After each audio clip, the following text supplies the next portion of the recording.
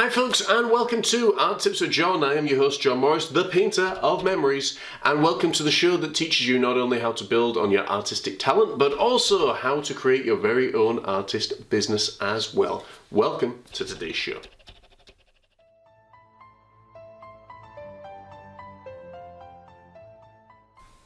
In today's episode of Art Tips with John, I want to answer a question that Sonia sends in from Blackpool, and she writes, John, years ago I painted a picture.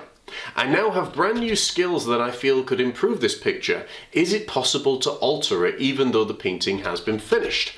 Big question. The answer to that, Sonia, is absolutely positively yes. I would err on the verge of caution though, because you don't want to lose the original feel of the painting. But yes, absolutely it is possible to do that. And I want to show you a video right here, right now on how to do that. So folks, get out your paintbrushes and let's give this a whirl.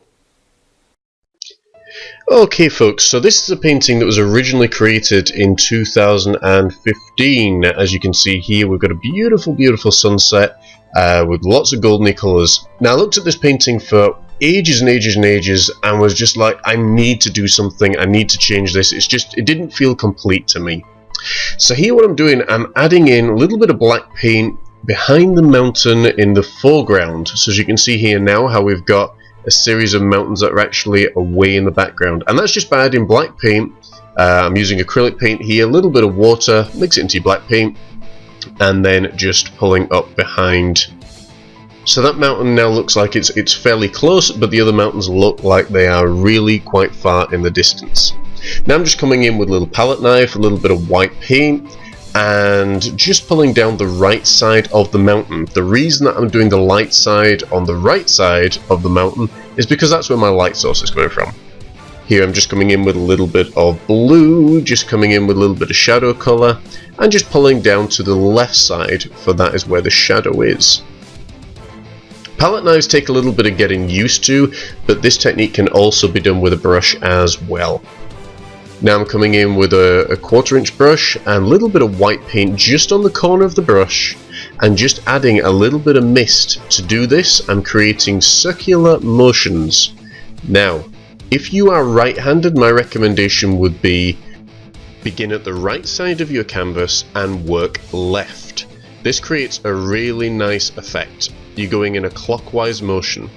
If you are left-handed, start from the left side of your canvas and work right. Again, this creates a really nice effect, and it is important to go the right direction when doing mist. So here all I'm doing is to add in a little bit of black paint on the fan brush and just adding in some little trees here. So you're just starting with a little bit of a point on the top and then zigzagging on the way down. Sometimes it's far easier to show you these things than actually to try and tell you them.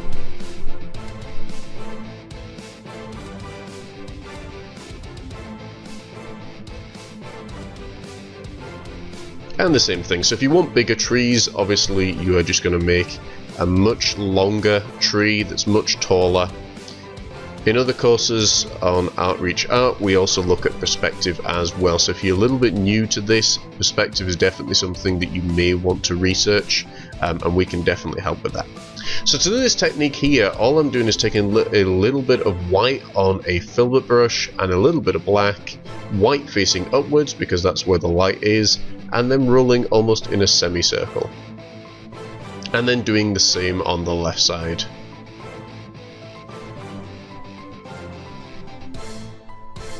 Okay, coming in with a little bit of a 1/4 inch brush here. Now I'm mirroring a lot of the colour that's in the sky here, so I've come in with somewhat of an orangey pastel light colour.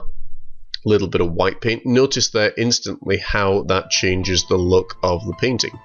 Just by adding a few simple little techniques.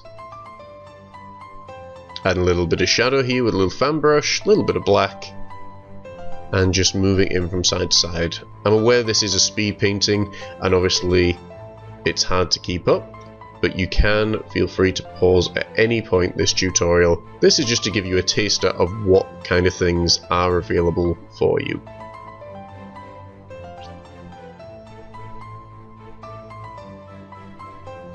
Okay, coming in with a little sap green, a little bit of yellow ochre, and now just tapping for the layers of the grass. It's always amazing when you see this in speeded up version, just how quick that you can actually paint. I wish I could paint that quick.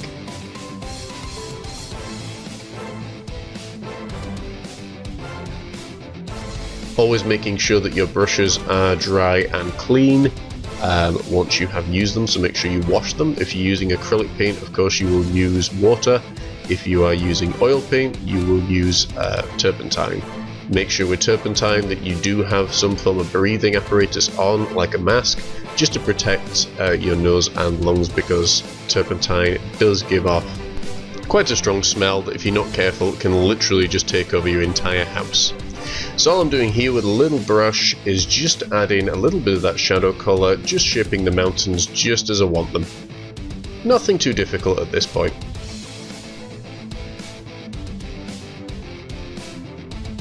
Remember, anything that you paint out, you can always paint right back in. So here's a prime example of it. I've painted out that tree that you can see me going over now. In a moment, I'll paint him right back in.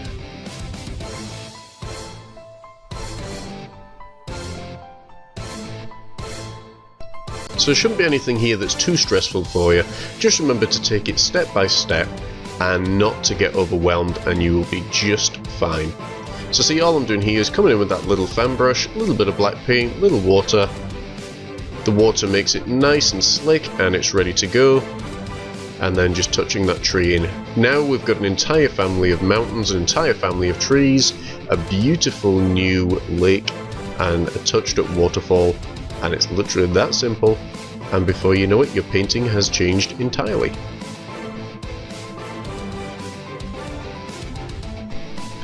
So this part of the painting goes back to the lesson that I was talking about earlier on, about anything that you paint out, you can always paint right back in.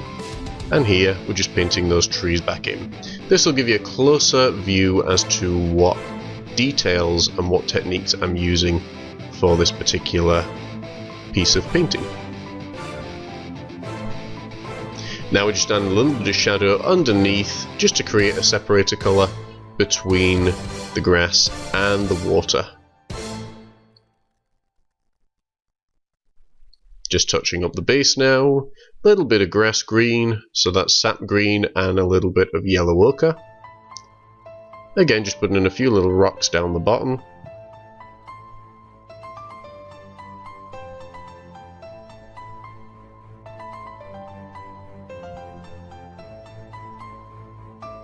Adding in a few highlights onto the trees.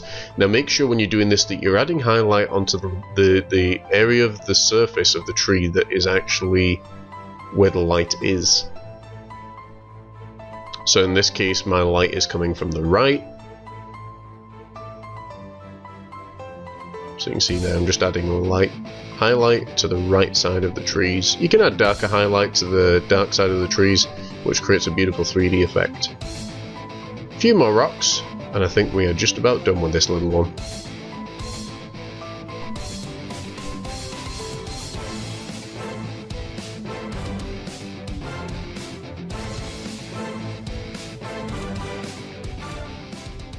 Well folks, I hope you enjoyed that video there on how simple it is to make a few additions to your artwork that can completely change it, hopefully for the better.